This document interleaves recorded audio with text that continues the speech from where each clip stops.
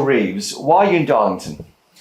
Been meeting with families in Darlington this morning to talk about their family finances. And what came across loud and clear was that despite the government saying that we've turned a corner and the plan is working, for so many families, the cost of living crisis is still acute.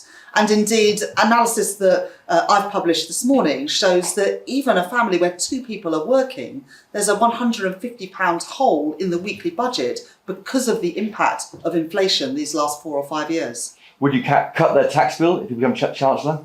Well, I've been very clear that I want taxes on working people to be lower. During the course of this Parliament and the plans that the government have got in place, the average family is going to be £870 worse off just because of tax increases by the end of the forecast period.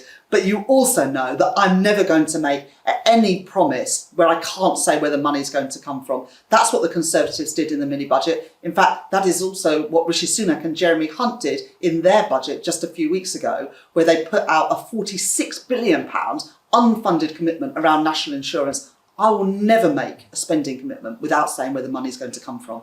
Just turning to Scotland, Scottish Labour leader Anna Sarwar has put down a no confidence motion in the SNP government. If that passes, the government will fall. Is that the right thing to do at this time? Yes, we will back the motion of no confidence in Humza Yousaf, but we've gone further and tabled a motion of no confidence in the whole Scottish government. And if Anna Sarwar and Scottish Labour are successful with that amendment, the government will fall and there'll be fresh elections. And it is time for a fresh start in Scotland. The chaos and division at the heart of the SNP is having a real impact on public services and the lives and communities across Scotland. And we now have two broken governments, the SNP in Scotland and the Conservatives in Westminster. It is time for fresh elections in Scotland and across the UK. If Humza Yousaf is forced out and Kate Forbes replaces him, if the Tory no confidence motion comes off, is that a threat to your progress as a party in Scotland? The SNP are terribly divided, and that is having a real impact on the lives and communities across Scotland. We don't just want another leader of the SNP. We've already had two during this Parliament so far. What we need is a fresh set of elections so the people of Scotland can choose, not just SNP MSPs. Just turn to your plans for rail nationalisation. Are you 100% sure that your government can, if you form a government, can nationalise rail services, it says, and not leave us all with a big tax bill to pay for it, or a bill at all to pay for it? Well, analysis shows that you can get efficiency savings by bringing the rail network together under Great British Rail, savings of potentially £2 billion.